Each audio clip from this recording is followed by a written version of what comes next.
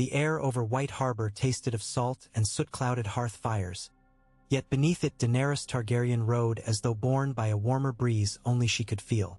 3 dragon eggs, wrapped in quilted silks the color of dusk and dawn, rested in the wicker chest lashed behind her saddle, and their faint inner pulse thrummed like a second heartbeat in her ribs. She had traveled farther than any exile ought, beyond Pentos, beyond Bravos, beyond the lonely whistle of the narrow sea, to the snows of the north, answering a summons more ancient than blood. She did not yet understand why the dreams had led her here, only that every turning of the road seemed preordained, and each mile northward deepened the dragon's quiet song. By her side rode Ser Jorah Mormont, swaddled in a bearskin cloak so heavy that even his broad shoulders seemed bowed. His eyes never ceased their watch. Over the weather-gnawed towers of the harbor, over the sun-bleached masts, over the wary townsfolk who whispered "Foreign Queen" behind mittened hands. When they crossed the city gatehouse and took the King's Road north, the sentinel trees loomed in ranks of black-needled fir, hoarfrost crusting every bough. The cold pressed closer day by day until it lay like mail upon the skin, but Daenerys felt only a restless quickening. Where others clenched gloved fists more tightly about their reins, she rode barehanded. Her palms, warm against leather, tingled with an expectancy that reminded her of the first flutter inside a womb, a thing about to be born. On the 6th dawn they glimpsed Winterfell's outer wall, rising from a low hill like a fortress carved from dusk itself. Smoke coiled from countless chimneys. Ravens wheeled above the broken-tooth battlements.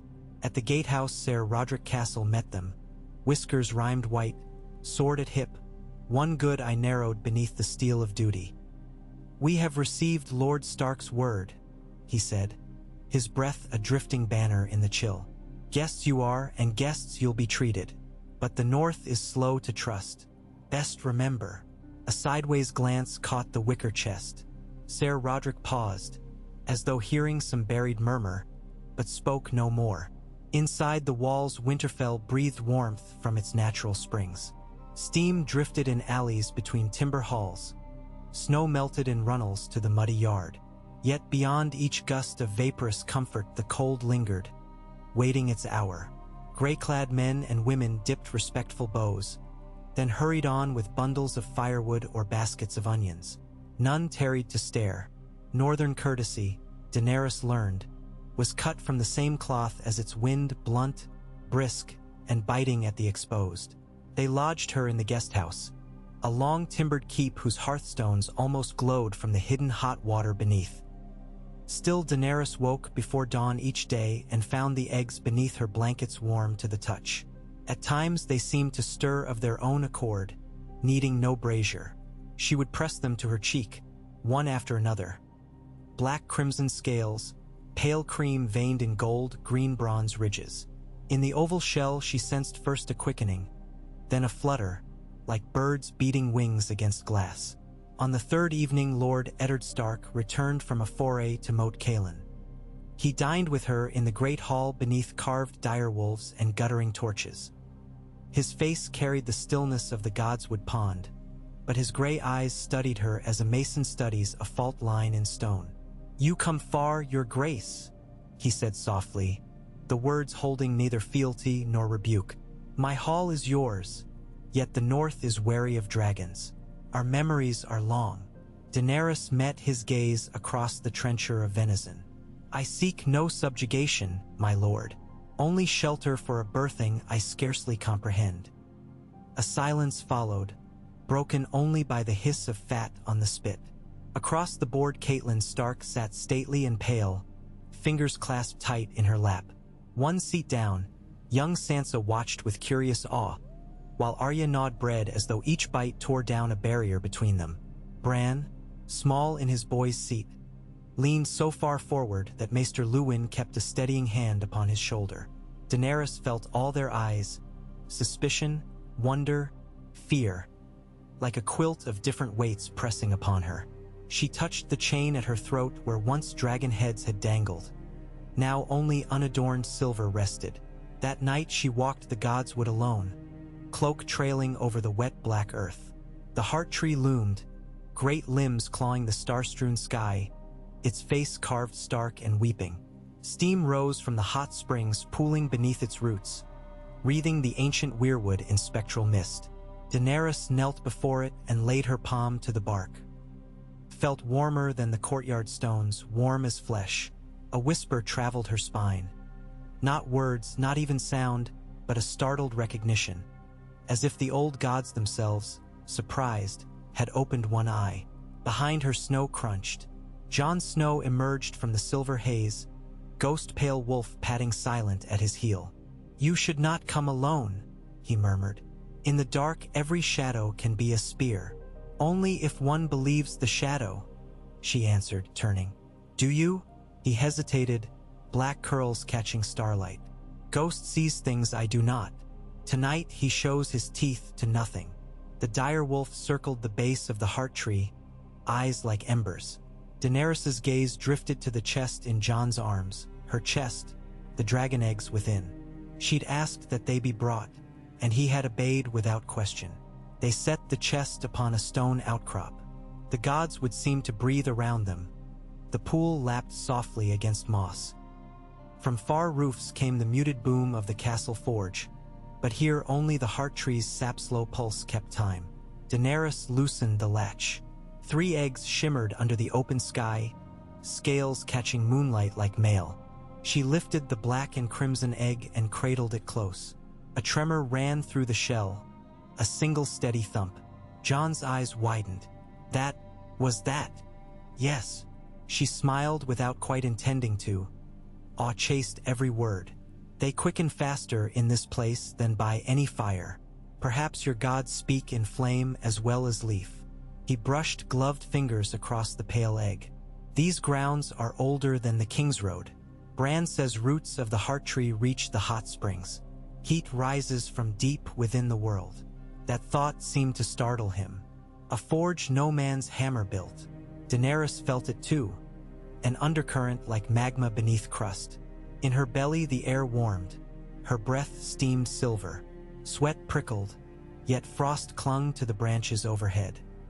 She set the first egg at the heart tree's base, point pressed into soft mud. The second she placed beside it, then the third, forming a rough triangle whose center was the pale reflection of the moon atop the pool. Jon knelt opposite, Ghost lying alert between them, tongue tasting the strange heat. Wind sighed through branches. A hush fell, vast as the red wastes of her childhood. In that hush Daenerys began to sing. Not the harsh Valyrian lullabies Viserys once mocked, but a low croon she scarcely recalled, notes curling like smoke. The shells vibrated. A thin hairline crack snaked down Drogon's egg, weeping ember-bright light. Jon inhaled sharply. Sparks spiraled upward, though no fire burned. The heart tree's face appeared to smile, or weep, or both at once. Thunderless sound rippled, stone grinding over stone. Rhaegal's egg split, scales unfurling like newborn leaves. A powdery scent arose, old ash and fertile soil mingled. From the jagged mouth a claw emerged, slick and black as obsidian. Ghost growled. Jon held him by the scruff. "Easy," he whispered, but his own voice shook. Daenerys felt none of the fear that had haunted her in Cartha's House of the Undying, nor the ache of loss that shadowed Drogo's pyre.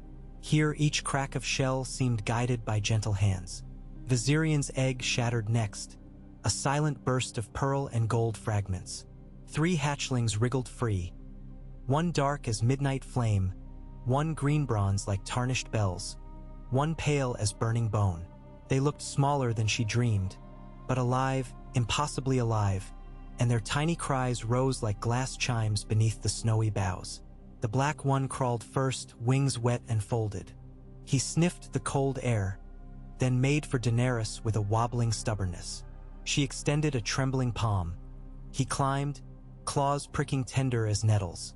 A keen, an ancient note of birthright, rang inside her skull. Rhaegal flapped into Jon's lap, hissing at the direwolf, who backed away confused. Viserion tottered to the pool's edge, lapping steaming water with a forked tongue. Light bloomed around them. Daenerys thought at first it was moonrise, but no, each hatchling's scales shone with inner heat, flickers dancing beneath translucent skin. The Godswood glowed lantern-lit, leaves bleeding red. The heart tree's carved eyes wept sap like dark blood, and the ground itself pulsed faint crimson. Somewhere far across the yard a raven screeched, wings drumming frantic retreat. Daenerys's breath caught.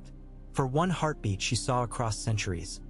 Bronze-armored first men kneeling among these roots, their songs rising with the steam.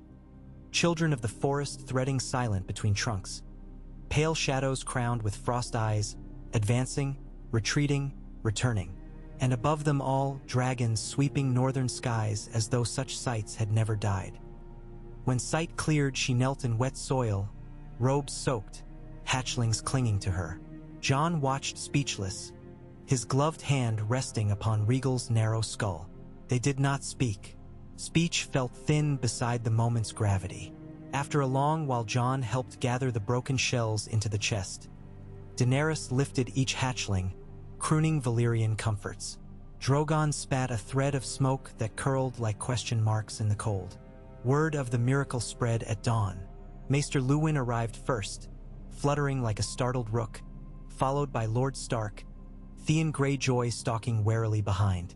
Within hours the Godswood rang with voices, but no one dared seize the hatchlings. Ned Stark stood long before the heart tree, lips moving soundlessly, while Catelyn held small Rickon tight to her skirts. Sansa's eyes overflowed silent tears at the beauty. Arya's trembled with fierce desire to touch. Bran's wonder turned him to stone.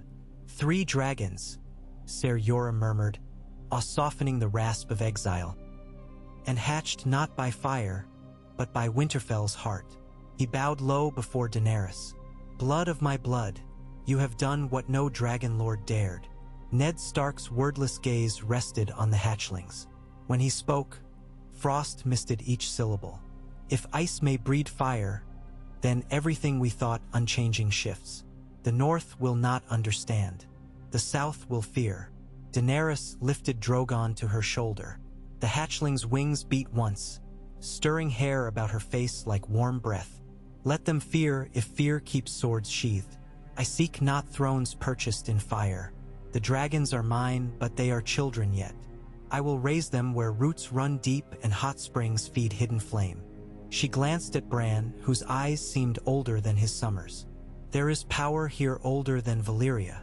That day passed in councils and whispered prayers. Ravens took wing, some bound south to King's Landing, some west to Riverrun, some east to the Vale. By twilight, Daenerys walked the battlements with Jon. Snow drifted, torches sputtered. Below, the yard bustled with stable hands erecting a timber cage beside the kennels. Temporary lodging for dragons till a more fitting lair could be hewn from stone above the natural springs. You saved me, she told Jon quietly. Had you not carried the chest, had you not trusted me? Jon shook his head. Ghost trusted. He follows what the heart tree whispers, I think. He scratched the wolf behind the ear. I only follow him. His humility warmed her more than the cloak she wore. They halted at the northern parapet where icy wind dived from the wall's distant ghost. Across miles of snowlit plain a storm brewed, thunderheads like iron anvils at horizon. Beyond them lay perhaps a truth darker than any king's rage. Jon's eyes turned northward, troubled. When I was a boy, he said, old Nan told me dragons once kept the long night at bay. Their breath made walls of flame no shadow could breach. Perhaps they shall again. She pressed a palm to Drogon's warm side. If winter is truly coming, let it find us ready. Weeks unfolded with the measured slowness Daenerys had desired. Each sunrise brought a new lesson. Teaching the dragons to eat, coaxing them to climb the perch of her forearm, soothing squabbles when Viserion snapped at Rhaegal. Bran watched often, sketching them in charcoal. His drawings captured inky wings curved like halves of a broken moon. Catelyn maintained wary courtesy. Robb, newly returned from Torrhen Square with grey wind at heel, regarded the foreign guests with the gravity of a young lordling tasting fate for the first time. Only Arya approached unafraid, demanding to know how soon she might learn to ride a dragon herself. Daenerys laughed and deflected. In Arya's grin, she glimpsed her own childhood longing for horizons beyond palace walls. One brittle dawn, ghosts of old kings seemed to stride the training yard. Stannis Baratheon's crimson stag upon a southern banner. Renly green, Lannister crimson glinting from a courier's cloak. Letters arrived thick as autumn ravens. King Robert summoned Lord Stark south. Queen Cersei demanded the Targaryen girl's head. Lord Renly urged mercy, ostensibly, yet the ink smelled of ambition from every quarter. Ned Stark paced the solar-long nights, candlelight carving hollows in his stern face. At last he convened council in the gray-cloaked gloom. Himself, Catelyn, Maester Luwin, Ser Jorah, and Daenerys. Rain beat the shutters like drumskins. "The realm balances on a cliff," Stark said. "One push may plunge us into war. Robert will demand your surrender. I cannot give you up." His knuckles whitened upon the map of Westeros spread across the table. "Nor can I keep peace if you remain, not while southern lords hunger for your head." Daenerys felt the map's parchment under her fingers. Rivers, ridges, the bone-thin line of the wall. "I will not hide like a frightened fawn, yet dragons are small still. Even 3 full-grown might fail against 10,000 spears." Ser Jorah snorted softly. 10,000 spears melt before dragonfire. Khaleesi, if given time. "Time we may lack," Maester Luwin warned. "Ravens speak of Lannister swords massing at Harrenhal. Then perhaps swords are not the answer," Catelyn said, her voice a brittle thread. All eyes turned. "The North has always held itself apart. Let the South fight its petty feuds while winter falls. Shelter the dragons here. Raise them strong. And when winter's heart breaks upon the wall, you will have allies of ice and fire alike." Her words hung, unexpected, daring. Ned looked at his lady wife long. At last he sighed, frost puffing. "A bold gamble. Yet who else stands between the living and what lurks beyond?" His gaze shifted to Jon, silent at the hearth's edge. "The Night's Watch sends bleak tidings. The dead walk near the Shadow Tower. If that be true, dragons may prove worth more than crowns." Thus was forged an accord beneath Winterfell's rafters. Daenerys would remain, her dragons nurtured in northern secrecy. In return, she pledged fire and blood against any shadow that crossed the frozen waste. The pact was sealed not with ink but with silent clasp of hands amid the fluttering torchlight. Time lengthened its stride, yet step by step. Snow deepened, blanketing Mott and Bailey in white hush. Children skated upon the steaming pools while direwolves left pawprints by the kennels. Within the heated cave hewn behind the Godswood, the dragons grew swiftly. Their wings strengthened on thermal drafts. Their bellies craved goat meat by the quarter. Smiths forged iron harness rings. Bran's sketches thickened pages of a leather book he titled The Chronicle of the New Dawn. Still, not all hearts beat in concert. Theon Greyjoy drank more cups of ale than was wise. Inside their foam he tasted jealous fire. Gendry the smith's apprentice gaped wide-eyed at the dragons and hammered secret dragon-scale patterns upon dagger hilts. Sansa spun songs of silver-winged princes come to court her, while Arya practiced balancing on the edge of the Godswood pool, wooden sword flicking drops into steam.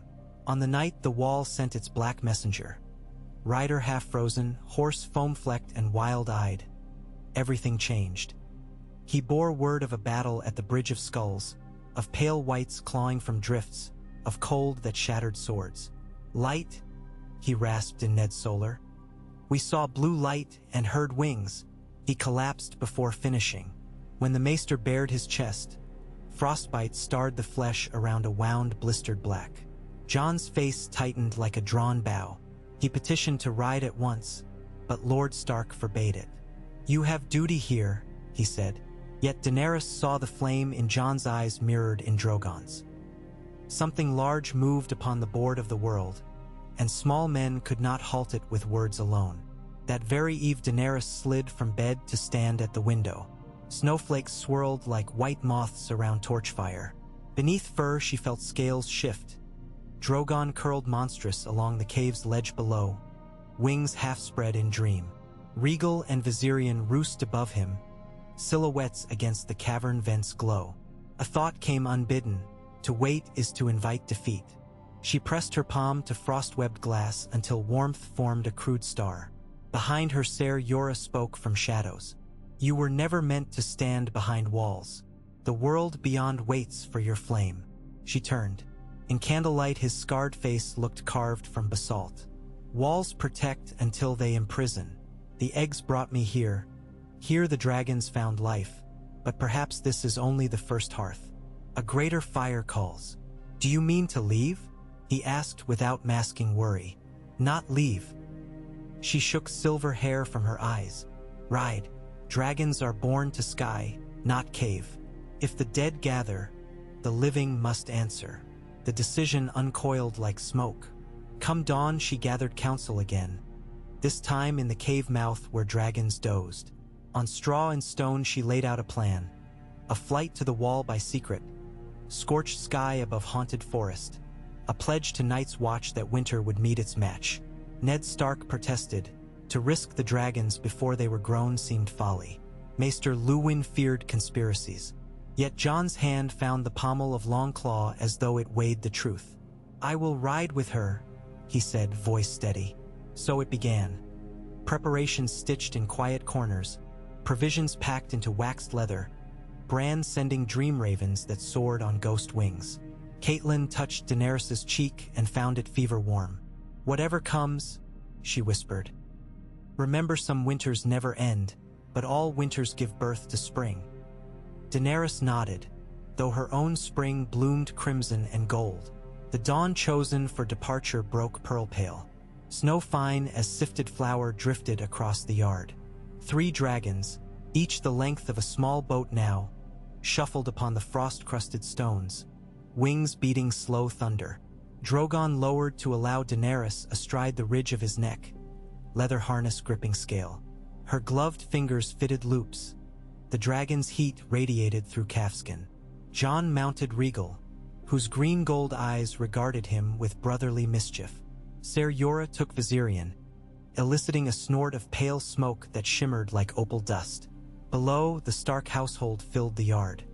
Despite the hour, Robb raised a fist in salute. Arya shouted something lost to gusts.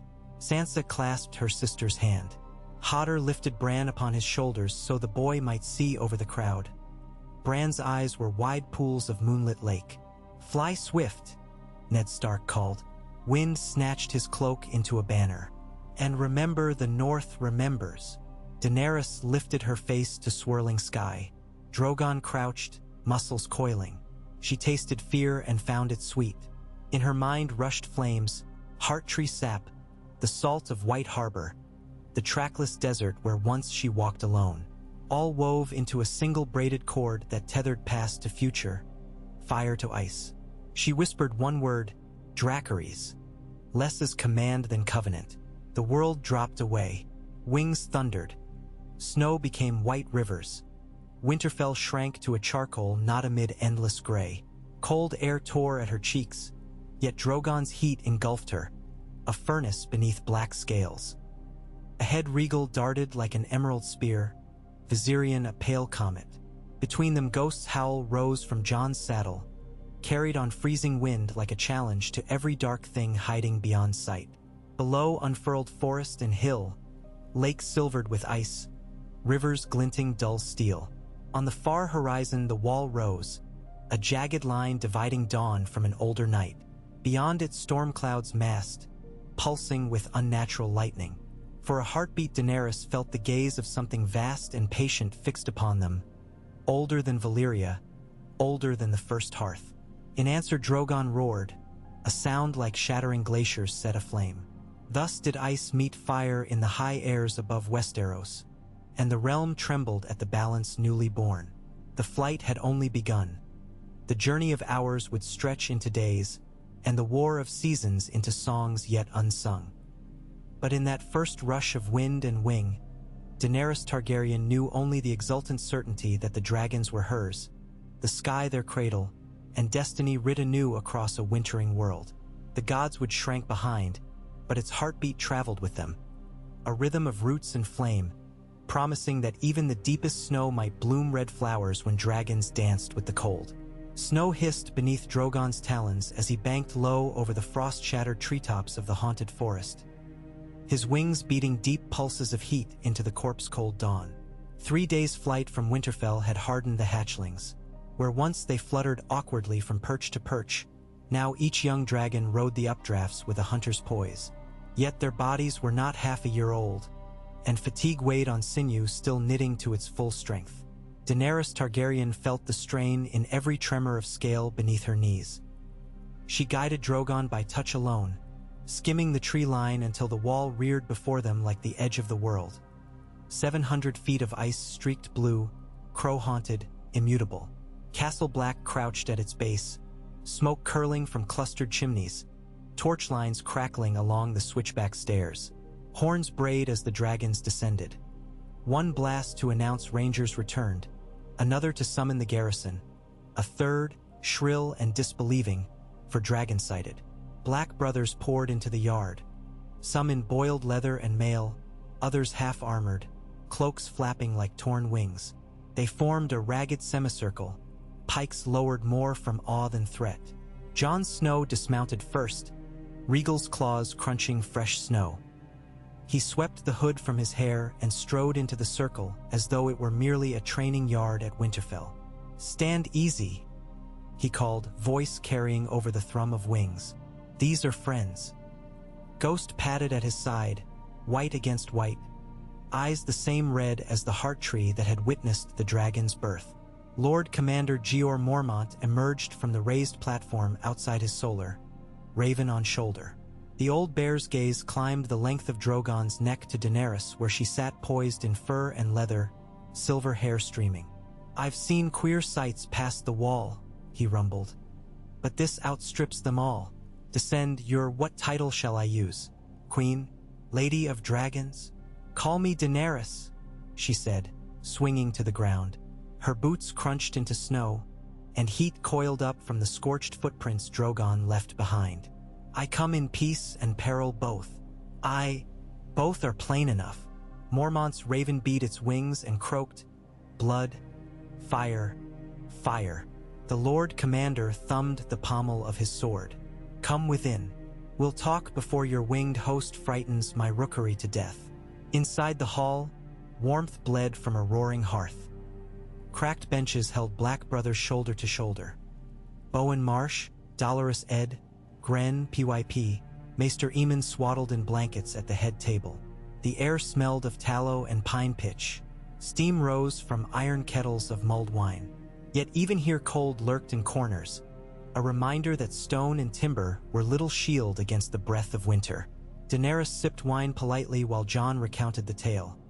The Godswood hatching, Ned Stark's pact, the raven bearing grim tidings of the dead amassing near the Bridge of Skulls.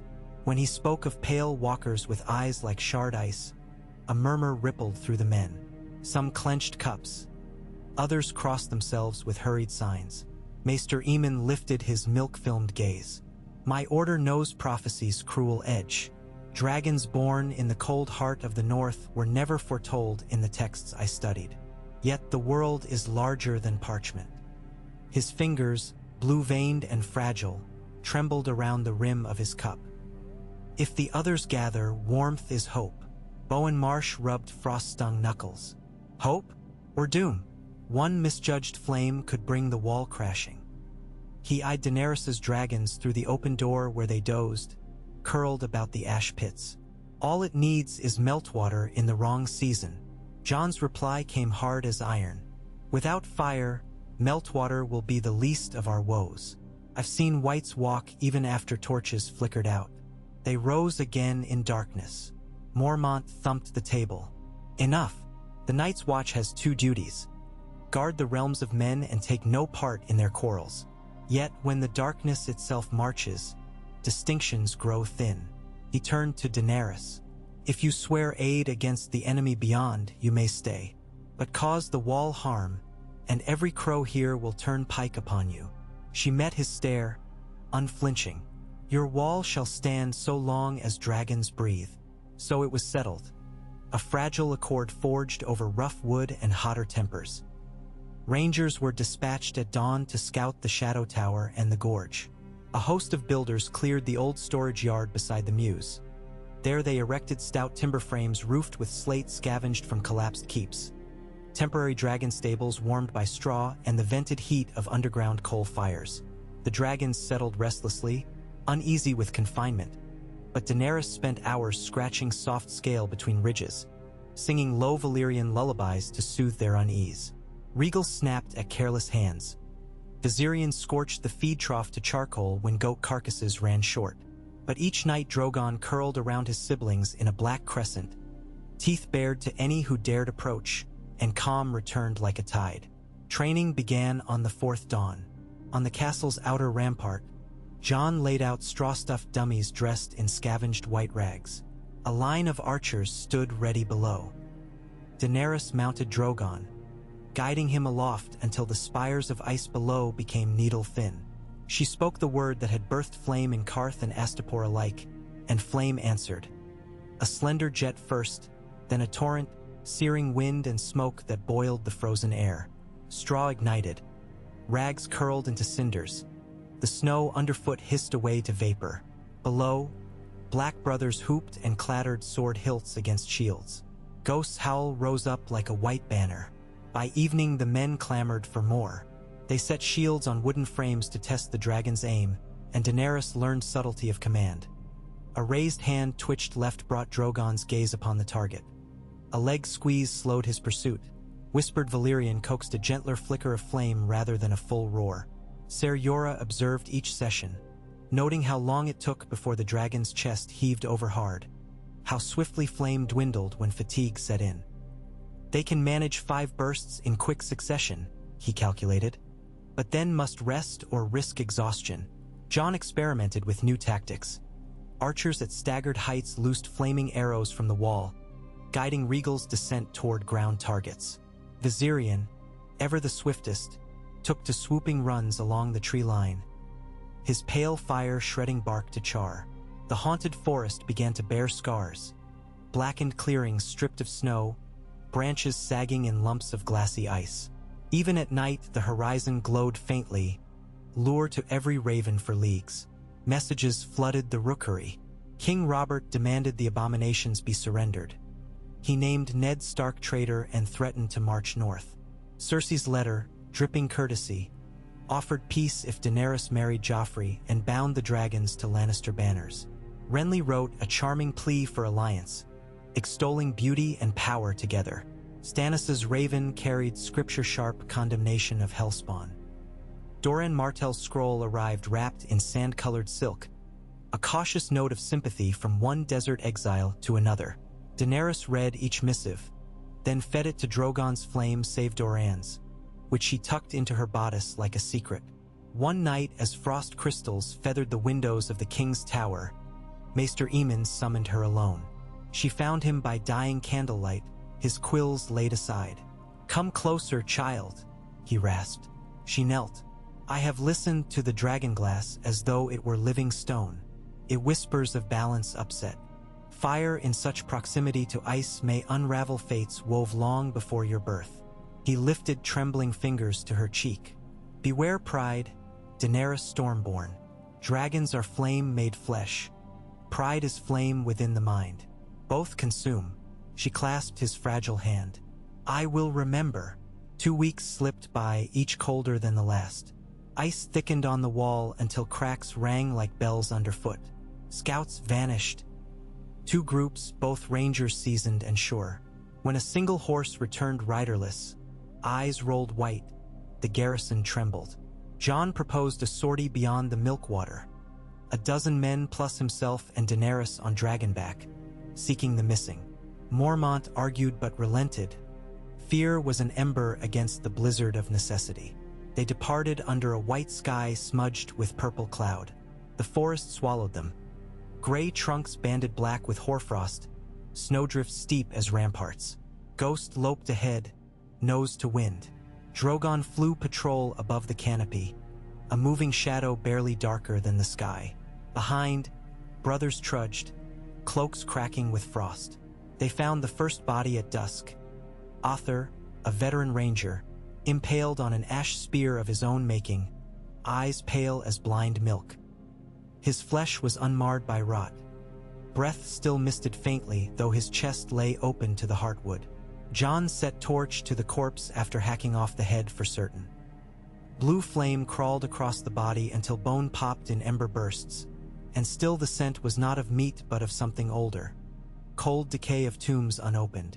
Farther on they found the skirmish site. Snow was churned crimson-brown.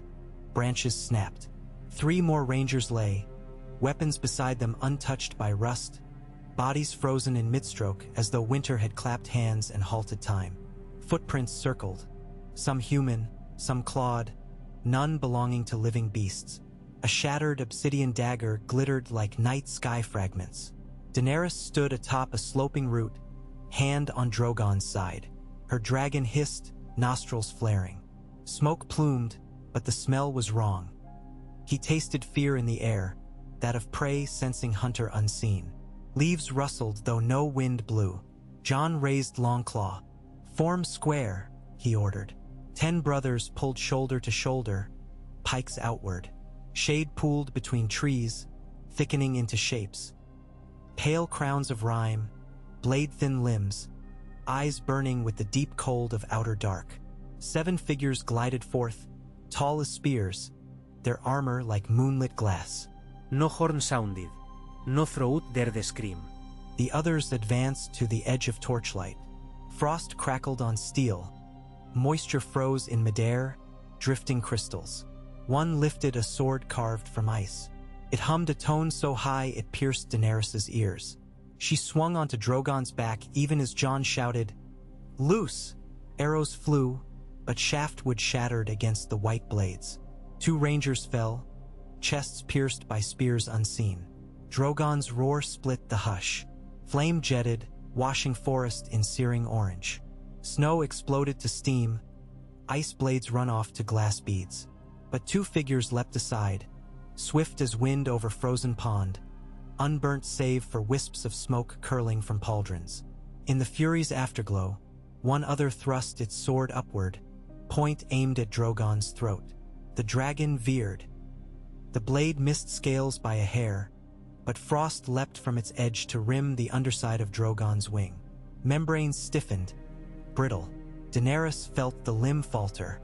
She seized the harness, whispering sharp Valyrian. Drogon struggled for height, banking right.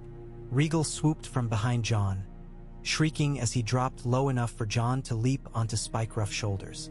They ascended together, trading altitude for speed until they cleared the treeline. Below, torches blurred among whirling white forms. Steel rang dull against crystal. Viserion circled frantic, riderless after Ser Jorah had fallen behind to guard the brothers' flank. The pale dragon dove, flame blazing a path that forced the others back step by fluid step. On high, Jon clung to Rhaegal's ridge, wind tearing hair free. He reached across the gap to Drogon's furled wing, his gloved hand feeling brittle frost. Can he still fly? Not long. Daenerys' breath steamed, half sob, half war cry. Below, and other raised fingers, calling hoarfrost to coil around Viserion's legs. Scales crackled. The dragon screeched. Jon looked to Daenerys, silent question shared in the roar of air. She understood. Together they urged their mounts into a dive. Flame met ice halfway. Drogon unleashed fire upon the foremost other. Its armor ran molten for a heartbeat before shattering like boiled glass. Rhaegal banked, Jon swinging Longclaw downward in a sweeping arc. Valyrian steel met crystal blade. Clash struck sparks bright as noon. The other staggered, sword split in twain, and in that instant Viserion broke free, flames gouting to engulf 2 more pale warriors. Smoke filled the gloom, ice steamed to rain. When it cleared, only shards remained, melting into innocence of snow. Silence returned, but broken. Distant cracking as if glaciers calved in darkness. The surviving brothers staggered amid fallen comrades, torches guttering. Frostbite bloomed on cheeks, ears, noses, for men lay dead. 2 more writhed with black-veined wounds where ice blades bit. Daenerys landed Drogon beside them. His damaged wing drooped like torn sail, scales rimed white. She ran gloved fingers along the membrane until heat of her palm bled warmth into the tissue. Where skin had turned glass fragile, it slowly softened. Drogon rumbled gratitude. Jon dismounted, orders crisp despite shaking hands. Build litters. Those who can walk, search for dragonglass shards. We need every blade. They worked under the waning moon, gathering weapons, tending wounds. By dawn, they had burned the fallen to ash. Smoke coiled through tree crowns into a sky-washed steel blue. Daenerys stood at the pyre edge, soot stripe on cheek, feeling both triumph and dread. They had survived barely, but the others had tasted dragonfire and returned with blades that drank heat and gave nothing back. The march home was slower, litters dragging through drifts. Viserion carried the wounded two at a time, his pale flame keeping frostbite from advancing further. Rhaegal circled overhead as scout, Jon scanning the horizon for sign of pursuit. Drogon, wings still stiff, trudged beside Daenerys on foot. He leaned weight against her shoulder occasionally, a child seeking reassurance. At Castle Black, the gates clanged wide. Brothers rushed forth, some cheering, some silent at the wounded. Maester Aemon wept sightless tears for lost names whispered to him. Lord Mormont met them in the yard, jaw set. Report. We held them, Jon said hoarsely. But only just. Daenerys faced the men. Dragons alone cannot win this war. The others wield frost that can starve flame. We must adapt. She drew from her belt a jagged fragment of frosted steel, broken from the shattered ice blade.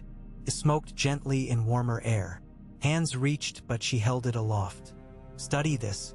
Arm me with knowledge, and I will arm you with fire. Winter deepened. Weeks bled one into the next, marked by the toll of the Watch's bells and the distant flash of dragonfire trials. Maester Aemon, with Jon and Daenerys, experimented by heating the ice shard in the forge. It melted to water, yet refroze in seconds, forming sharper edges, as though memory itself lay, frozen in its substance. When quenched in dragonfire, the water sizzled but produced no steam, swallowed heat with malign hunger. They kept it locked in a black steel chest under guard. Smiths labored day and night forging dragonglass arrowheads. Obsidian mines in the Frostfangs were reopened under guidance of wildlings who'd bent the knee in exchange for refuge from the White Walkers. Tongueless, scarred giants hauled wagons of raw stone to the base of the wall, braving crossbow cover should they revolt, though hunger bent them more surely than threats. When first Arrowhead slew a reanimated goat skeleton with a single strike, the brothers cheered so loud the wall rained icicles.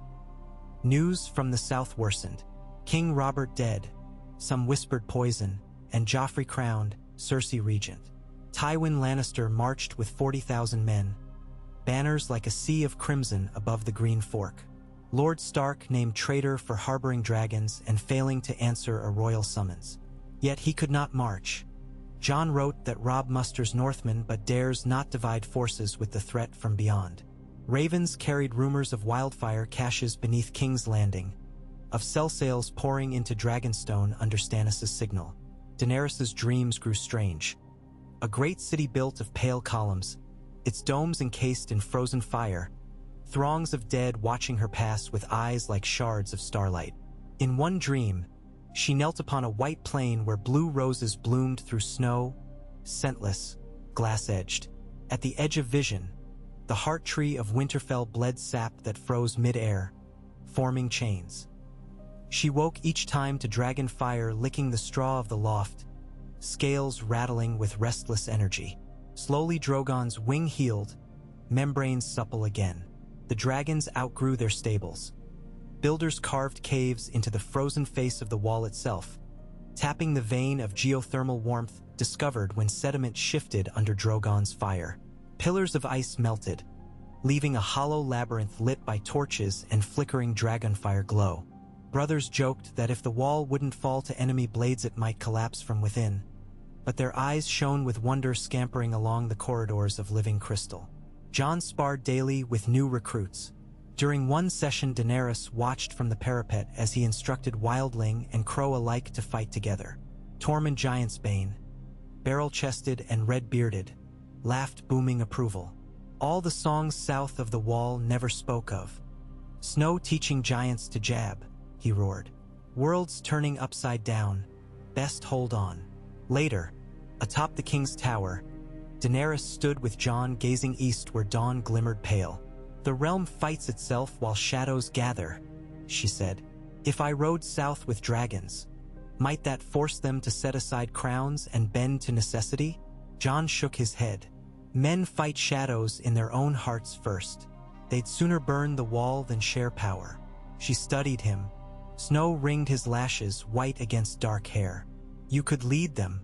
The bastard of Winterfell carries ice in his veins and fire upon his shoulders. A crooked smile tugged. Bastards lead nothing save ill fortunes. But we do what we must. For now the wall is our kingdom, and duty our crown. Early one dusk, the horn sounded thrice. Rangers on the eastern arm spotted fires. Blue flames flickering along the treeline. Neither torchlight nor lantern warmth, but a lurid otherworldly glow. Ravens scattered. Wolves howled. The forest shuddered. From the watch's high walkway, Daenerys saw pinpricks of icy luminescence moving in silent rank. They advanced not with haste but with inexorable purpose, a glacier set to human pace. Number them, Mormont barked to the men. Hundreds, Lord Commander, came the tremulous reply. Maybe more, hard to see past the mist. Jon strapped on black steel armor, long claw at his belt. Daenerys summoned her dragons. Drogon's eyes flared ember red. Rhaegal crooned low. Viserion snapped wings open in crackling anticipation. Smiths hauled up barrels of pitch. Archers dipped dragonglass heads into firepots. Builders rushed to seal lesser gates. The others halted at the tree line. For hours they stood, blue fires dancing about their limbs. Midnight neared. Snow fell light as ash. The brothers waited, hearts pounding, breath pluming like spirits fleeing lips. Suddenly a sound. Crack, crack, crack, as though the forest exhaled shards of glass. A path opened among the pines, branches snapping from trunks riddled with frost. Through it strode a figure taller than the rest, armor etched with runes of dead tongues. Upon its brow sat a jagged crown of hoarfrost. In its hand a spear of ice almost as long as a weirwood bough. Behind it walked ranks of wights. Erstwhile men, women, even children, skin pale and cracked, eyes blazing blue. Lord Commander Mormont gripped the wall's crenellation. We will not hold against that. Daenerys stepped forward. Then we fly. She climbed onto Drogon. Jon mounted Rhaegal, Ser Jorah onto Viserion once more. Torchlight gilded their armor. Mormont raised a horn in salute. Fly true, he bellowed. They launched into the night, wings hammering air. Below, the crowned other lifted its spear skyward. Thin lines of hoarfrost lanced outward, coiling up invisible strands of moisture. Clouds thickened swiftly, unnatural. Lightning of blue-white flickered within, silent. Then thunder boomed. Not of sound, but of cold. A wave that numbed limbs even at altitude. Rhaegal shuddered mid-flap. Frost rhymed Drogon's muzzle. Viserion shivered, exhaling ragged flames that sputtered in wind. Daenerys urged Drogon higher, above the spell's grasp. With a screech he gained altitude, snow spiraling beneath. From this height, the wall's torches looked like a necklace of ember beads at foot of a sleeping giant. She banked, positioning sunwise spirals to heat Drogon's blood. Then dove. Valyrian syllables sliced from her tongue. Slash of command and promise of ruin. Fire answered. A river of night-bright flame carving the forest crown where whites massed. Trees exploded. Ice steamed. The vanguard wavered. Jon mirrored her run, Rhaegal's green-gold fire weaving with Drogon's black-red. Ser Jorah swept flank. Viserion's pale gust forging a curtain that devoured lesser dead. Yet the crowned other strode untouched, spear-spinning arcs that carved holes where flame dared graze. Frost shielded him, each lick of fire diverted into curling tendrils of steam. Daenerys felt the winds shift, cold as the vacuum between stars. An updraft failed. Drogon dipped dangerously. The spear lifted. Jon shouted across the gale, "Pull away!" Too late. Shards of ice erupted, pelting Drogon's flank in razor rain. One punctured the wing membrane, tearing a hole the size of a clenched fist. Pain burst across the dragon's screech. He faltered, regal dove, claws extended to steady. But the spear rose again, this time hurled skyward. Frostrim's spear parted mist, spinning toward Regal's breast. Jon braced, Longclaw lifted. Impact hammered him from the saddle, blade shattering ice mid-flight, yet momentum flung both man and weapon into freefall. Regal shrieked, clawing air. Jon tumbled, cloak billowing like broken wings. Below, the forest floor waited as blade and snow and bone. Daenerys screamed his name. Drogon angled steep. She pressed knees to ridges, ignoring the ice ripping at cheeks. Regal twisted, feathers of flame guttering futile around wound carving through scales. The big dragon dove after Jon, but hampered by pain, his descent wobbled. Heart hammering, Daenerys shouted, "Dracarys!" at Viserion above, signaling cover. The pale dragon spat flame that arced in a shield before the crowned other, forcing him back. Drogon plunged into the slipstream Regal carved, heat trailing. Snowflakes vaporized around their bodies. Wind howled. Jon flailed, reaching for nothingness. At the last instant, the black dragon snapped wings open, slowing just enough to catch him across the saddle's rear. Claws clamped his cloak, talons tearing leather but holding flesh. Jon slammed hard, breath blown free. He grasped the harness and clung, gasping. They climbed, battered but alive. The forest below burned in patches, whites scattered into tree shadows. The crowned figure retreated, frost swirling like a cloak, spear reforming from mist. The assault ended as swiftly as it began, ambition checked, for now. Dawn revealed the cost. 3 brothers frozen to death on the wall's top, faces pale as wax. 1 ranger soulless and blue-eyed before Maester Aemon's swift knife. Regal favoring a punctured wing though still airborne. But Castle Black still stood. Dragons had not fallen. Men yet breathed. Daenerys found Jon in the infirmary, chest wrapped, bruised but smiling wry. "Next time," he wheezed, "I shall tether myself with rope." She laughed breathlessly, tears scalding corners of her eyes. "Next time we fly with chainmail under dragon scale." She placed his sword Longclaw beside him, the blade she caught midair as Drogon veered. Ice failed to break the steel, as did death. Jon's fingertips brushed hers, as did fear. Word of the skirmish raced south with swiftest ravens. At Winterfell, Ned Stark marshaled banners for a northern host. At the Eyrie, Lisa Arryn shrieked at mention of dragons seen above the mountains. In Riverrun, Hoster Tully's last breath stuttered on rumors of blue-eyed corpses haunting the Neck. King's Landing reeled under political storms, Joffrey's vanity, Cersei's iron chasing secrets, Tyrion's machinations steering wildfire stockpiles away from flea-bottom riots.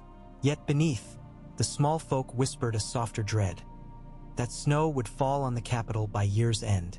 In Castle Black, strategy evolved. Daenerys convened nightly councils. Jon, Mormont, Aemon, Tormund, Ser Jorah, Bowen Mars. They mapped forests with colored pebbles, marking dead patrols, white sightings, caches of dragonglass. They debated forging Valyrian steel arrowheads, though supplies were scarce. Tormund suggested raiding abandoned First Men barrows for bronze weapons once blessed by children of the forest. Maester Aemon recalled an ancient tale of Dawnfire, a sword said to be forged of the heart of a fallen star, lost near the Shivering Sea. Through it all, Daenerys balanced between worlds.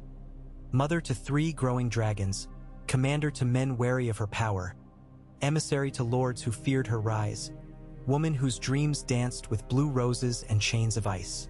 Each dawn she climbed the wall to watch far horizons. She saw none yet who could bind north and south but herself, and the burden weighed heavy. One morning, as gray light seeped through cloud, a raven arrived with stark colors. Its scroll bore 4 words and a sigil pressed in broken wax. "Winter marches to you, Robb Stark had crossed the neck with 30,000 swords. With him came Great John Umber's berserkers, Karstark cavalry, Manderly's spears, Glover bowmen, and 100 hill clans freed from Arryn debt by promises of glory. They marched not south but north, toward Castle Black, to stand beside dragons against the night. Daenerys held the letter at the parapet, wind snapping her cloak. Dragons roost upon ice behind her, dark, pale, emerald shapes against ancient blue. Below, men hammered dragonglass into arrow shafts. Women, wildling and crow camp wife alike, boiled pitch and sharpened axes. She closed her eyes and breathed frost thick with iron. The horizon glimmered faint pink, first hint of sunrise. For a blink she thought she saw blue roses there, blooming bloodless among drifts. But then the color shifted gold-crimson, heralding day. She spoke softly, words stolen by the wind. "Let winter march, fire will answer." And so the tale unspooled onward, threads braided of frost and flame, oath and prophecy. Yet in that moment, perched upon the wall's icy spine, Daenerys Stormborn felt the world's vast heart shudder beneath her feet, and knew the long night would end not with the dawn, but with the clash of fire hatched in winter's Godswood, and ice crowned beyond death's gate. Robb Stark entered Castle Black beneath a sky the color of tempered steel, his wolf's head standard snapping in the wind and 30,000 Northmen at his back. The wall of Black brothers parted before the tide of fur-clad spears, kettle helms dusted in rime, banners of Umber, Karstark, Manderly, Glover, Serwyn, Hornwood, Tallheart, and dozens more flapping like tattered sails in a polar gale. The frost-hardened earth quaked beneath the trundle of wagons laden with grain, tentered hides, and barrels of northern ale, tribute as much as provisions. Yet it was not provisions that drew every eye in the yard. It was the gleam of 3 half-grown dragons perched upon the icy ramparts above, scales hot enough to shimmer the air, eyes tracking each banner as though ranking new suitors in court. Robb swung from his saddle before the Lord Commander's tower and clasped arms with Jon Snow, their brotherly embrace stifled only when chains of command returned like cooling iron. "So it's true," Robb murmured, staring past Jon's shoulder at Daenerys Targaryen, who stepped down from the stairs with Drogon shadowing each stride. "Dragons in the north. Our father spoke madness and miracles both."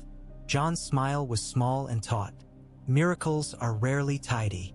Daenerys inclined her head in formal welcome, yet there was warmth in the gesture, a flame banked but eager. "The honor is mine, Lord Stark. Your men arrive not as guests only but as pillars in the wall between night and everything after." Robb studied her for the span of a breath. Tall tales from ravens did her no justice.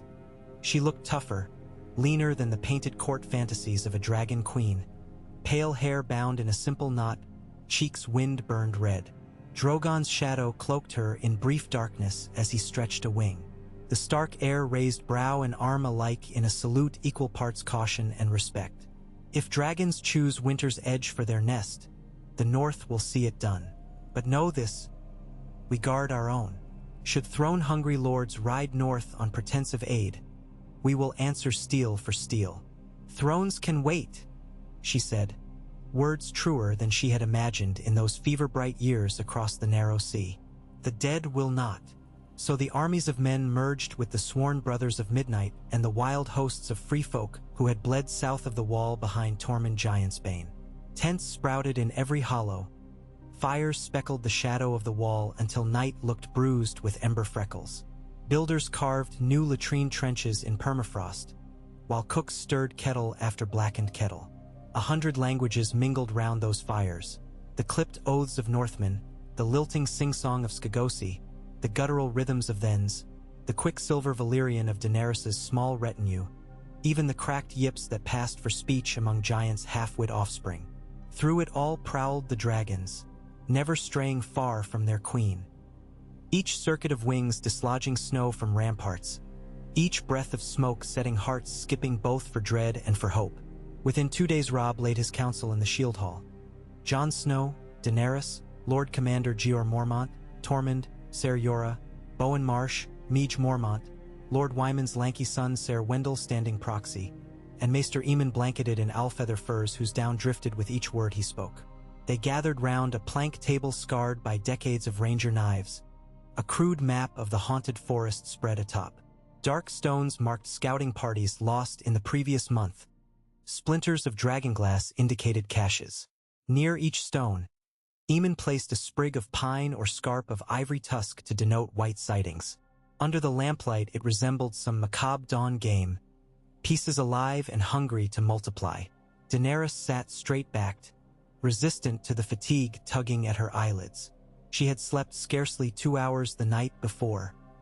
Dragons uneasy with the pulse of something vast in the northern gloom. They had paced restlessly upon the wall, wings unfurling at intervals, throats vibrating with low, uneasy growls. Regal had swept the skies east of Mole's Town, returning with frost gems crusting his claws that smoked on contact with torchfire. Robb rapped knuckles on the map. No more skirmishes in 2s and 3s. We ride in force to break the White Walkers' vanguard before they mass. He traced a gloved finger along the frozen lake that fed the shivering forest. We set a kill line here. Dragonglass shield wall, giant infantry behind. Archers on sled platforms. And dragons overhead. Bowen Marsh bristled. A pitched field favors the living little. Let the wall do its work. The wall cracked last full moon, Jon countered, folding arms. A fissure half a yard deep near Sentinel Gate. Ice sings under weight it's borne thousands of years. But the song is changing. Tormund laughed like avalanche rubble. You'd sooner sit and wait to freeze in your britches? Bah! Fight now, die warm. That's a free man's way. Ser Yora's gravel voice cut through the mirth. If we must draw them at a field, better near dragonglass quarries. Ammunition ready, and heat vents to shield the dragons from frost spears. He tapped the map's western spur. The old volcano vents at Frostfang foothills. Steam wells enough to thaw flight membranes. Mormont nodded slowly, Raven shifting upon his shoulder. Risky ground, but salvageable. How many days' march with supply? 3 for men, Tormund judged. 1 for giants lumbering slow, half a day for winged furnace lizards. Ghost padded into the hall, red eyes glowing. He halted by Jon's chair, muzzle brushing thigh like a question. Jon crouched, fingers disappearing in pale fur. The forest grows restless, he said quietly. Ghosts sense large movement north by northwest. Could be mammoths, could be whites driving them. Daenerys sucked a breath. Mammoth whites, hulking carcasses of bone and dread, had hammered rangers to pulp in previous clashes. No palisade stood long against them save one supported by dragonfire-fused ice, which had melted to slush by dawn, leaving only skulls and twisted stakes. Eamon cleared his throat, voice brittle as thaw ice. If they come intent on breaking spirit before flesh. Fire lights hope. Deny them darkness. March, but march with braziers aloft. Let your black banners blaze scarlet in glow of dragon's breath. Memory will seat fear within the enemy, just as hunger seats fear in the hearts of men. Plans crystallized like hoarfrost on iron. 90 heartbeats later the council broke, orders rolling down lines as men scraped benches back. Outside the shield hall the wind had turned, blowing straight from the lands of always winter. It bore a smell like fresh shattered granite, sharp enough to cut nostrils. Lantern flames sagged, suffocated by the sudden chill. A silence fell, brief, ominous. Then the yard erupted in shouted commands. Rouse the smiths, Fletchers to the line. Harness the shaggy horses. Scribes scurried to tally barley, wheelwrights to grease axles, maids to patch furs torn on the march. The hush of coming battle banished sleep long before horns called dawn. Daenerys slipped away to the western rampart stair and ascended until the world lay flattened beneath the curve of ice. Drogon met her halfway, amber eyes reflecting torch glow like twin suns. He chuffed, warm breath scattering snowflakes, and lowered his neck to invite her touch. She slid gloved fingers across healed membrane where frost spear had torn him. Scar tissue shimmered pearl black in lantern light. The wound had knitted swiftly, but the memory lingered. a phantom ache pacing the boundary between their shared hearts. She pressed her brow to the ridge of his skull. "Tomorrow we fly again," he rumbled deep, wings flexing. Regal and Viserion perched beyond, tails coiled, nostrils exhaling faint curls that melted snow around their talons. They had grown heavier, shoulders thick with corded muscle, horns beginning to curve backward. Fighting at this stage risked injury they might never outgrow, yet waiting granted the enemy time. Destiny seldom negotiates mercy. A crunch of boot on snow announced Jon's approach. He halted beside her, sweeping gaze northward. Dim green flares flickered far toward the pole, aurora shards bending low as though tasting war's scent. "When I was a child," he said. Old Nan spoke of sky torches lighting the others' march. "I thought them fables to chill a boy's blood. They were warnings." Daenerys' voice carried no rebuke, just regret. The world seldom forgets its scars, only grows new skin over them. Jon's cloak shifted, and she felt his bleak smile unseen beneath beard and shadow. "I asked Maester Aemon why prophecy always cuts.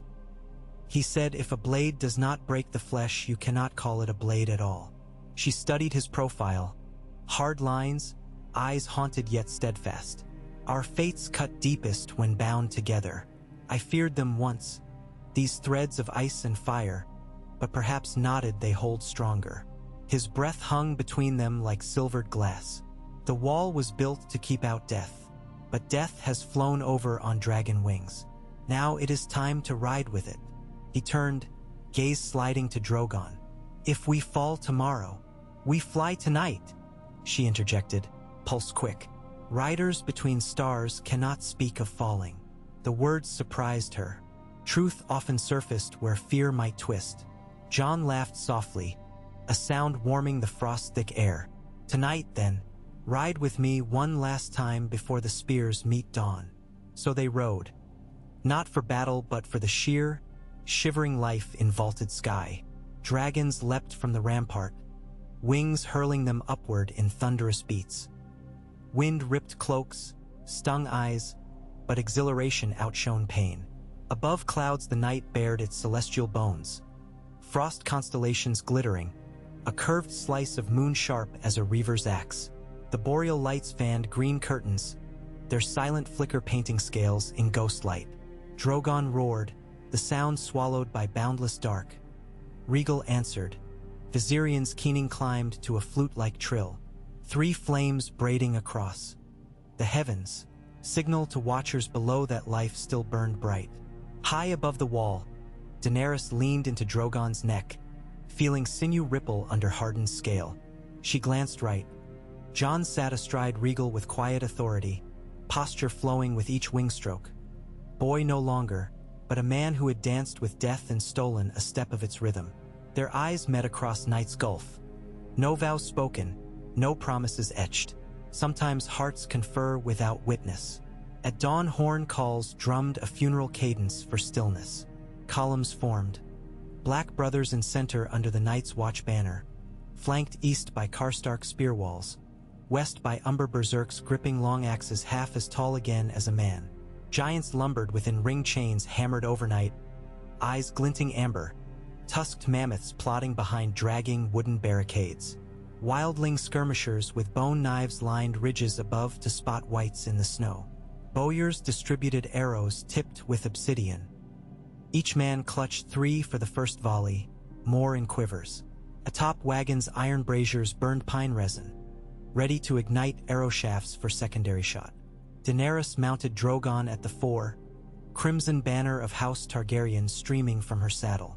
Regal flanked Jon to starboard, Viserion and Ser Jorah portside. Robb Stark rode on the ground ahead of the main host, gray wind pacing as vanguard. Wind keened through cracked branches. A hush descended as though every living thing inhaled at once. The march toward Frostfang foothills began. Hours passed beneath a sun trudging low, its light as thin as tarnished foil. Snow squeaked under boots and hooves. Mammoth-drawn barricades left churned trenches. Sometimes the silence broke with boom of distant ice splitting under weight of unseen armadas. Sometimes eerie whistling drifted on wind, like flutes carved of slate. No man could say if it was natural or something older. Near midday, the rearguard horns sounded. A triple note, tremulous and thin. White. The column compressed. Archers spun, knocked black glass heads. Shadows emerged between tree trunks, first in 2s and 5s, then in a crawling tide. Dead men wreathed in rags, children with ice-stiff dolls clutched to rib-bare chests, dire wolves whose fur hung in frozen tatters, ravens with wings of white shards. Some lunged on all fours, some shuffled upright. Snow did not slow them. Mud did not trip them. They came relentless. Jon wheeled regal overhead. Archers ready. His shout echoed across slopes. Strings snapped. Obsidian darts streaked downward, embedding in skulls, chests, limbs. Dead toppled, but more climbed their backs. Giants raised uprooted pines and swatted clumps aside. Mammoths trumpeted fury and stomped clusters to pulp. Drogon unleashed cone of fire that seared a corridor through the horde, melting snow to boiling slush. Robb Stark's cavalry charged that gap, hoofs churning crimson water, lances shattering rib cages already brittle with rot. Gray wind leapt, jaws closing around a dead ranger's throat. The wolf shook until spine cracked. Still they came. Daenerys perceived a thinning of flame. Drogon's fire glands needed time to replenish. She banked him higher, calling Viserion to flank. They climbed, soared, dove in rotating pattern, each dragon resting wings as siblings took turn torching. Wildling skirmishers darted forward, carving throats with dragonglass daggers, dragging corpses to pyres where builders torched pitch.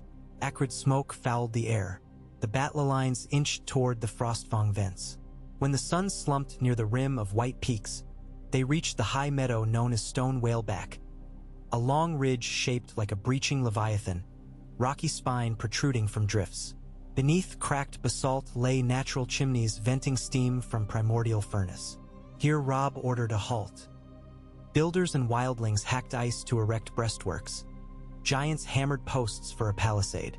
Fires sprang around each vent until the night glimmered with pockets of warm light. Daenerys landed Drogon atop the ridge. Wind tugged at hair matted with frost.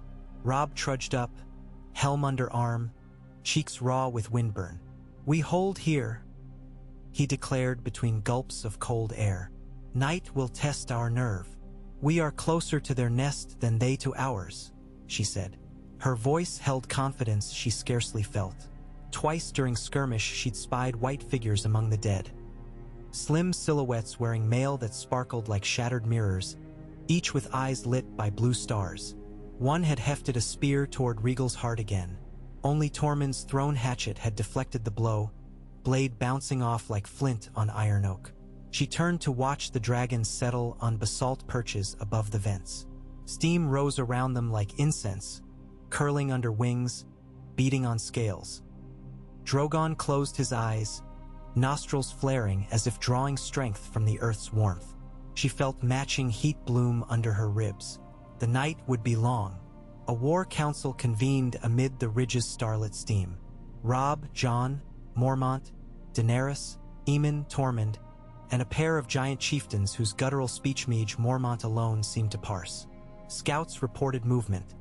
3 distinct hosts converging north-northeast, their torches blue and faint. Whites massed behind like shadows within deeper shadow. The crowned other had not shown itself since the spear throw, but the pattern of advance spoke of design. Mormont ripped a chunk of jerky with his teeth. "They aim to encircle by dawn, force us against the mountain's shoulder. If we break formation, chaos will snowball. We must break them first," Robb said. His hair glimmered auburn in torchlight, eyes the gray of old winter sea. A hammer strike of dragons on their command line, timed with charge of giant tuskers. Daenerys leaned over the crude map scraped into packed snow. Their leaders resist fire unless sustained. 1 dragon cannot hold flame long enough. 2 may risk collapse, but 3 in concert? Her thought hung. Ser Jorah rubbed gloved hands, frost melting on leather. Dragons breathe in bursts. If they ignite sequentially, overlapping streams, they might sustain a cone long enough to breach frost shield. Jon nodded. A dance of flame. Drogon leads, veers right as breath wanes. Regal fills center. Viserion trails left. Each cycle renews heat. He glanced to Daenerys. It will take precision. She met his eyes. We've flown enough to trust unspoken rhythm. She paused, hearing distant wind moan like a war horn just over the horizon. But we must lure them into the open. Giants alone may not suffice. Mej Mormont spoke gruff quiet. We send 20 volunteers cloaked in goat skins north past this ridge. Bang shields, draw pursuit. When others commit, they meet the dragons. Bowen Marsh scoffed, but Tormund grinned wide. Goat men bait? A trick worthy of free folk. He slapped a giant's forearm. I'll lead. Arguments flared, but time was brittle. In the end, plan forged. Midnight. The sky wore thin vellum clouds. Pale shards of aurora glimmered like cracks between worlds. 21 figures padded beyond palisade into white nothingness. Tormund at point, 6 wildlings, 10 black brothers, for Northmen volunteers. Among them a Karstark boy with snow still clinging to Peachfa's beard. They wore patchwork hides perfumed with goat's blood caked that afternoon. Behind their line trudged 2 mammoths draped in shag blankets, bells tied to tusks. The bells rang once, twice, echoing forlorn. On ridge-top Daenerys mounted Drogon, Jon Regal, Ser Jorah Viserion. Dragons shifted restless, talons scoring basalt. Fire simmered in throats like coals banked beneath ash. Archers lined parapet notched from piled stones, dragonglass shafts already flaming. Giants hefted boulders bigger than oxcarts, waiting. Snow whispered beneath goatmen feet. Tormund shouted into the dark. Curses colorful, even wind flinched. Somewhere in black distance the sound echoed back, warped, as though mountain mouths tried mimicry.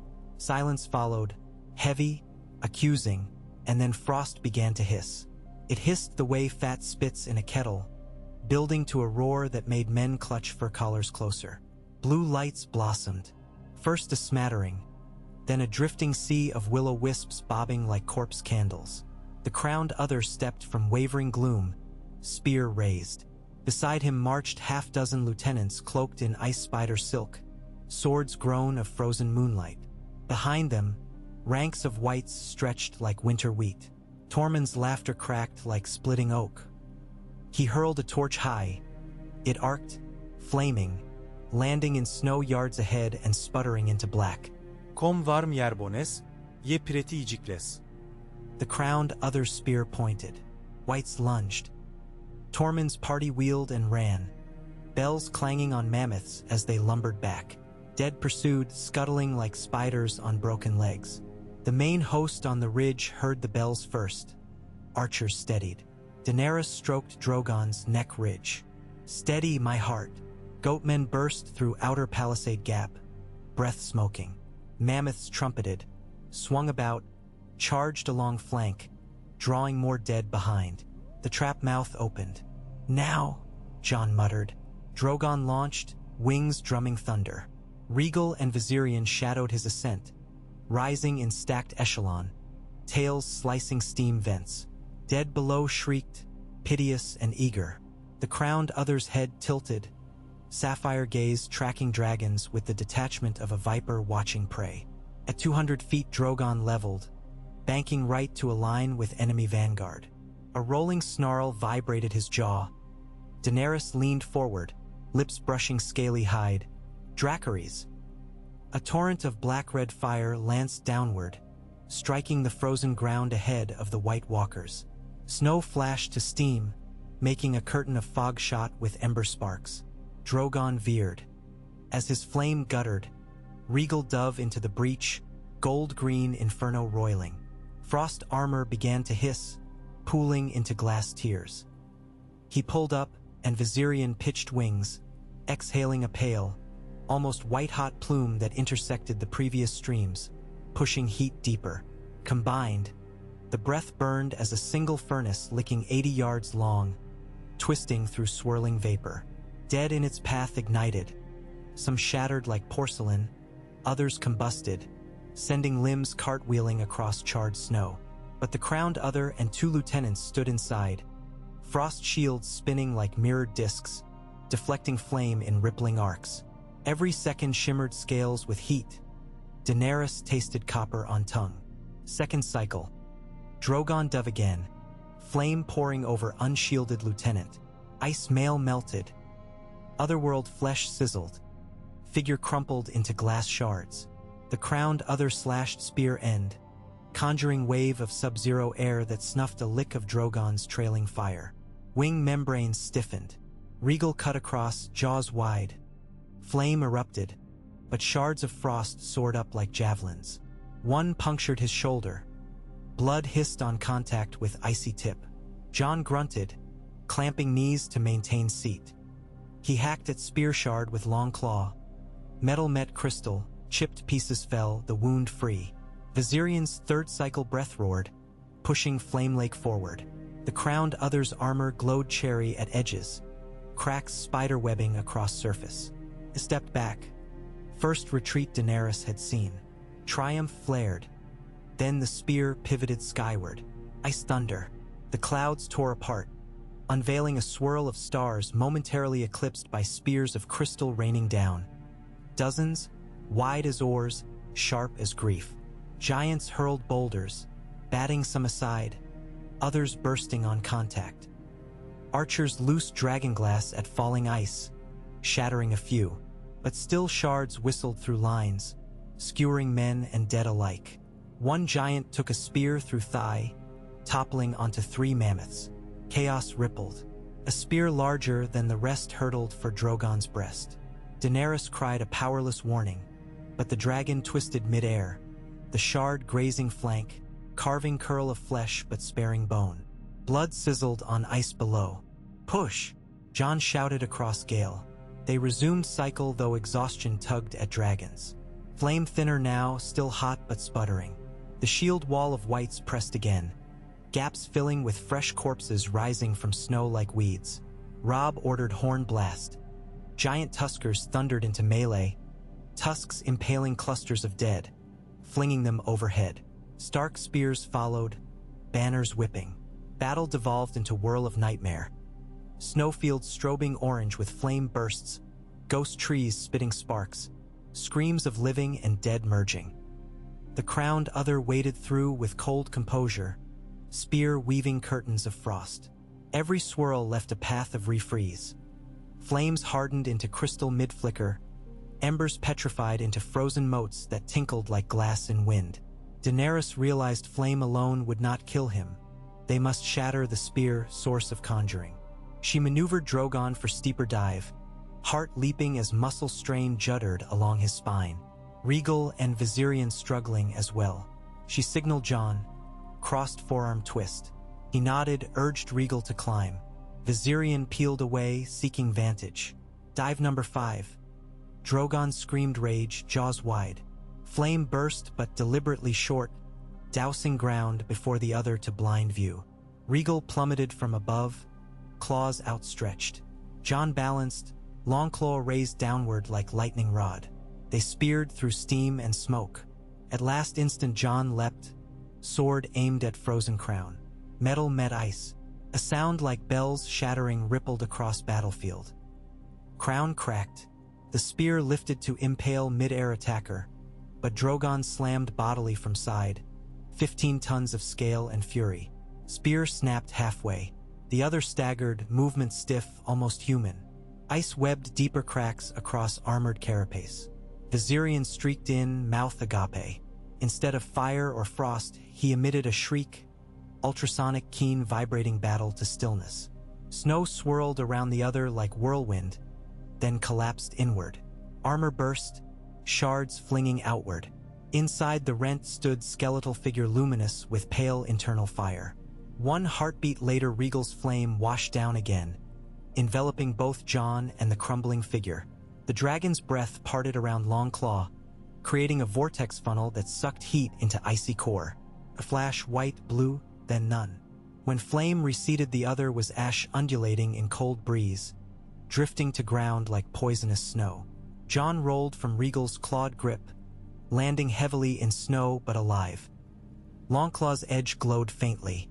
He dragged himself up, vision swimming. The whites faltered across field, blue pinpricks in their eyes flickering uncertain. Some collapsed, inert husks.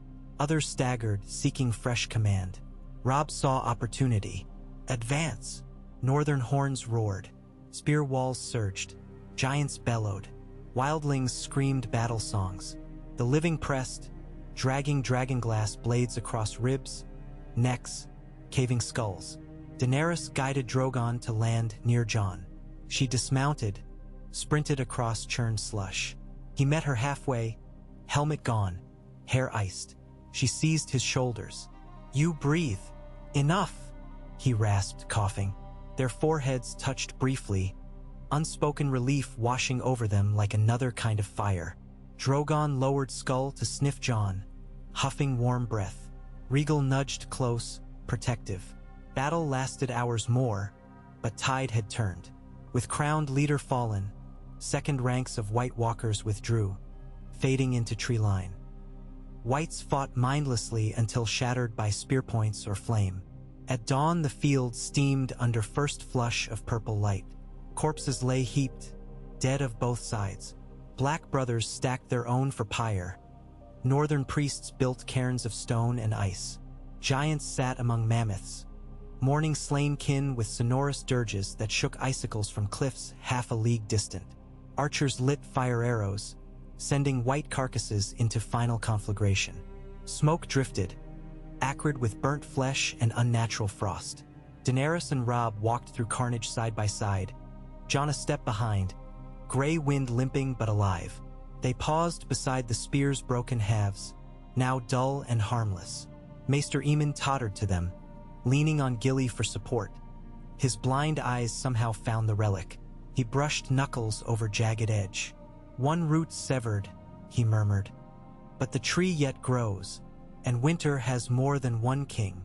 Robb inhaled slow. "We buy time, nothing more." "Time enough," Daenerys said, fingers curling over hilt of sword gifted by Tormund that morning. Bronze first men blades studded with dragonglass chips. She studied the horizon. Teeth of dawn gnawed at clouds. Beyond lay white emptiness. Her dragons dozed in spent heat vents, wings blanketing one another. She loved them fiercely, but each battle drained them. Youth forced to shoulder apocalypse's weight. Jon touched the half-melted crown fragment he'd scavenged. Frost still smoked from runes etched within. "We must learn to forge weapons of both fire and dawnsteel. Find the star metal Maester Aemon recites, and seize children of forest knowledge," Ser Jorah added, limping up. "They danced with these shadows before we named ourselves in huts."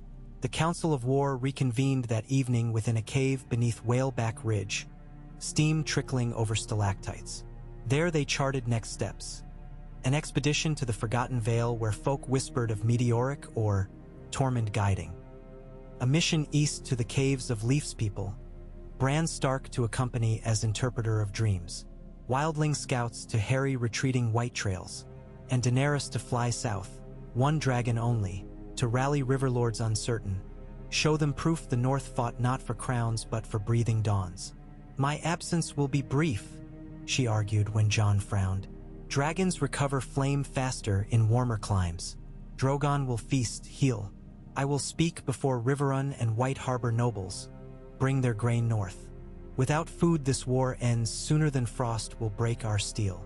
Jon relented, but his eyes hid storms. He pressed into her palm a token, a direwolf carved of weirwood, small enough for pocket, to remind Southron's ice fights beside fire. Dawn 2 days hence saw Daenerys and Drogon lift from the Frostfang foothills, wings flashing copper in sunrise. Below, Rhaegal and Viserion roared farewell. Jon stood at ridge edge, cloak flapping. She saluted with outstretched hand. He pressed fist over heart.